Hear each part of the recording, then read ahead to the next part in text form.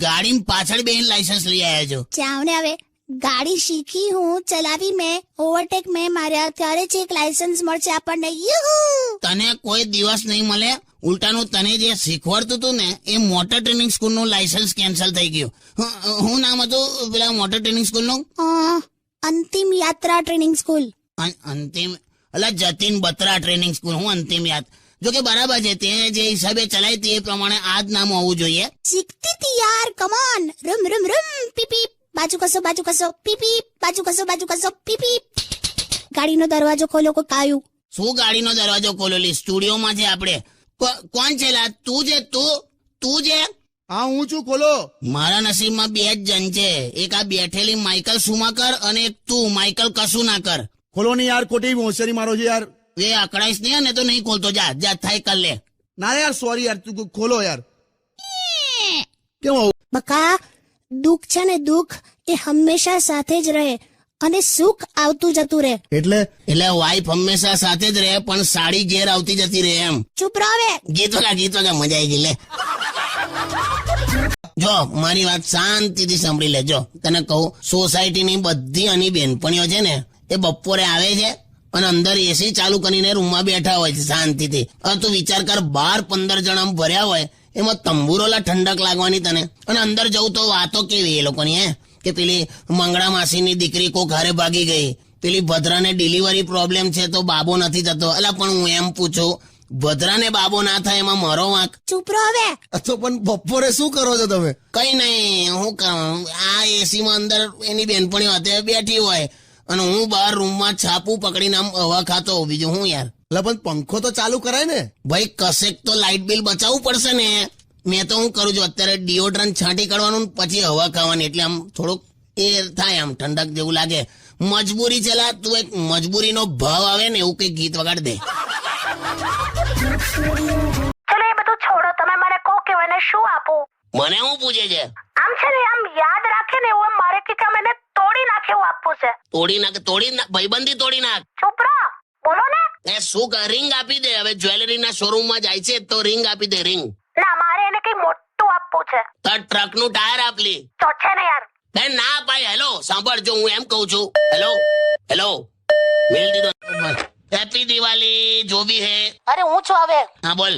જઈએ ડોક્ટર પાસે. હા જઈ આવ્યો. શું થયું? કઈ ને આંખ બતાડવાની હતી, નંબર આયા કે નહીં, વધ્યા કે નહીં, બધું ચેક કરવાનું હતું. શું કે ડોક્ટર? કઈ ને કે આમ નંબર ઉતરી જશે પણ કે લીલા ઝાડ જોવાનું કહ્યું. લીલા ઝાડ? હા પણ હવે આપણી કોલોનીમાં દૂર સુધી ક્યાં જોઈએ એવા ઝાડ જ નહીં. પણ મને એક આઈડિયા આવ્યો છે, બોલો. હું તમે છે ને 4 થી 5 લીલી સાડી ખરીદીને મને આપી દો. હે? હા, એટલે છે ને હું પહેરીને આમ ફર્યા કરીશ, તમે મને જોયા કરજો. બીજું શું? વાહ વાહ કાકી, લાયા જોરદાર. હે ને? અરે એકદમ અપાઈ દો. 4-5 લીલી સાડી કાકી પહેરીને ફર્યા કરશે. બે હા. મને છે ને ડોક્ટરે ઝાડ જોવાનું કીધું છે, પહાડ જોવાનું નહીં. હું છે ને બસમાં બેઠી હતી, પછી બસની નીચે જેવી ઉતરી ને હા તો પેલો કંડક્ટર શું બોલ્યો ખબર છે? ચલો હવે આમની સીટ પર 3 પેસેન્જર બેસી જાઓ. હા યાર, પણ બરાબર છે. તો તને તો ખ્યાલ આવો જોઈએ એમ. હવે હું ચાલી. કઈ જાય તું? મારે તો શોપિંગ કરવાનું છે. લે એટલે મારે નહીં, હવે મારે મારી ફ્રેન્ડ માટે શોપિંગ કરવાનું છે. એની સાથે હું જઉં છું. પુષ્પા ખરી ને, હા એના માટે છે ને ગ્રીન કલરની લિપસ્ટિક લાવવાની છે. કઈ કલર કયો કીધો? ગ્રીન. લીલો? યસ. ગ્રીન કલરની લિપસ્ટિક તો કે મેં કોઈ દિવસ નહીં જોયું. સાચું કહી દઉં તને. અરે એમાં પ્રોબ્લેમ શું છે કે પુષ્પાનો જે હસબન્ડ છે ને, હા એ આમ છે ને થોડુંક આમ એ રીતનો રહે છે. પુષ્પા માટે આમ એટ્રેક્ટિવ નથી થતો. લા પણ તે લીલી લિપસ્ટિક થી એટ્રેક્ટ થઈ જશે ગ્રીન કલરની? અરે થશે જ ને, કેમ કે છે ને પુષ્પાનો હસબન્ડ છે ને એ રેલવેમાં ગાર્ડની નોકરી કરે છે, તે એટલે ગ્રીન કલર માટે બહુ એટ્રેક્ટ થઈ જાય. My God. ને મેં ક્યાં ના પાડી? પહેલી વાર મારા વખાણમાં એગ્રી થયા. બોલ ના. એટલે એકચ્યુઅલી છે ને આઈ બિલીવ કે ભૈલું, હા તમારાથી છે ને થાય ત્યાં સુધી લોકોની મદદ કરો. બી સેન્સિટિવ. આમ જેવું કે હમણાં પરમ દિવસે મેં એક બ્લાઇન્ડ વ્યક્તિ છે ને જે જોઈ નતા શકતા, એમને રોડ ક્રોસ કરાવીને સામે લઈ ગઈ. પછી પેલો એટલો બધો ચીડાયો ને, કેમ કે એને એ બાજુ જવું જ નતું. બેરે આ બાજુ આવેલો ત્યાં પાછી પકડીને તઈ મૂકી આવી. એવું થાય હવે. એટલે બરાબર જોઈ લેવાનું, સમજી લેવાનું. ઓકે. આ શું છે પણ? શું કરે છે? જમવા બેઠી છું. શું બનાવ્યું? ભાખરીનું શાક. કમલી તે તો હવારે એવું કીધું હતું ને કે જમવામાં 2 ઓપ્શન હશે, તો એક જ શાક બનાવ્યું? 2 ઓપ્શન જ છે, ખાવું હોય તો ખાઓ, ના ખાવું હોય તો ના ખાઓ. આ ઓપ્શન છે.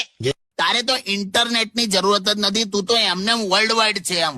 ચૂપ રહો. તું અહીંયા ઓડકાર ખાય ને તો કંડલામાં પવન ચક્કી ફરજ. બોલ. બે શાંતિ રાખો ને યાર. પણ તું સ્વીકાર, આ પીઝા પાસ્તા બર્ગર ને બધું ખાખા કરે છે, તું તારી ભૂલ સ્વીકારતી નહીં કોઈ દિવસ, ખબર? હોતું હશે. અત્યાર સુધી તે એક જ ભૂલ સ્વીકારી છે કઈ? કે મારી સાથે લગ્ન કરીને તે ભૂલ કરી જ બસ. હસી લે વગાડ લાગી. अगर कोई बात करनी होती है ना सीधी मुझसे किया करो, मेरे घर वालों को बीच में लाने की कोई जरूरत नहीं है. अरे क्यों ना लेके आऊं बीच में? जब टीवी खराब होता है तो हम कंपनी वालों को गालियां देते हैं, टीवी को थोड़ी देती हैं. છોકરીઓને એવું જોઈએ, મેચિંગ નું બધું જોઈએ. ડ્રેસ તો ઠીક, પણ મોજા હોય ને મોજા, એ પણ ડ્રેસના મેચિંગ ના પહેરીએ અમે બધા. બોલો, અને અમે મોજા સૂંઘીને નક્કી કરીએ કે આજે ફરી પહેરાય એવા છે કે ધોવા નાખી દઈએ. હટ ગંદા સોંગ વગાડો. ના તું તો પાયલોટ છે, પાયલોટ. પાયલોટ હું શું ઉડાવું છું? મારા પૈસા. ખોટી એ ના કરો, વાંસ ફાટી ગયો હોય એવો તો અવાજ છે તમારો. પોસેન ના મારી જા, ઠંડા પાણીથી નવડાવી દઈશ. ના ના ના તા ગાડલામાં બરફ ભરી દઈશ. ના, હવે સોરી કીધું ને. જોઈ લે. સ્ત્રી અને પુરુષ બરાબર છે, ઓકે? હા બરાબર જ છે, હું ક્યાં ના પાડું. હવે છે ને, હવેથી ગેસના બાટલાને રેગ્યુલેટર તું બદલજે. હા ના જો, હવે સાવ એવું ના કરો તમે. ક્યાં ઢીલી પડી બેટા? એવું નહીં, અમુક કામ તો તમારે કરવાના જ હોય છે ને, તમે આવું બધું ના કરશો. હા હું કરી દઈશ, ચાલ.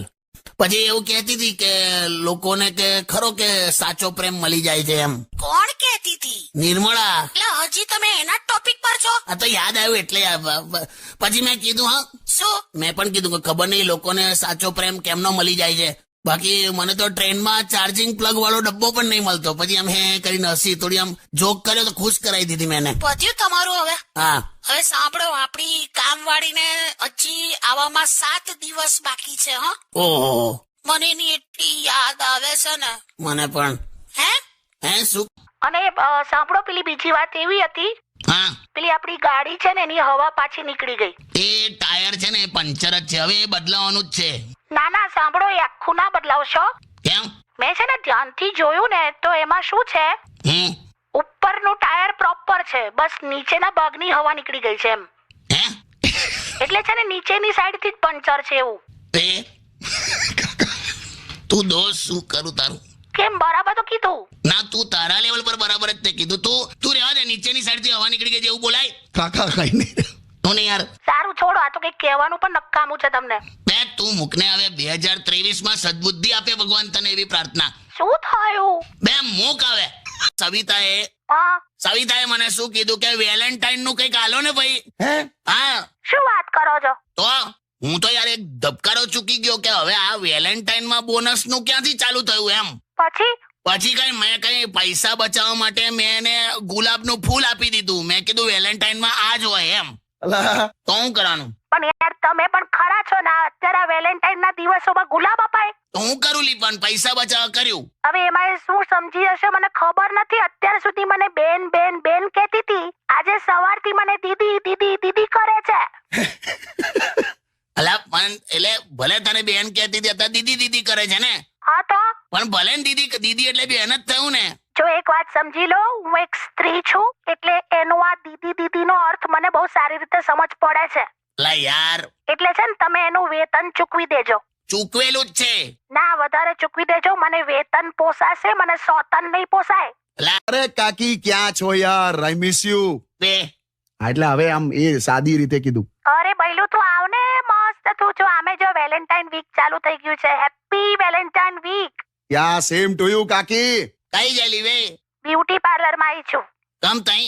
અહીંયા દાળ ચોખા ને બધું લેવા. હરકા જવાબ આલ ને. પણ બ્યુટી પાર્લર માં શું કરવા આવ્યો? તારે હું તું અત્યારે યાર આ ખર્ચો કરો જો. કાકા શાંતિ રાખો.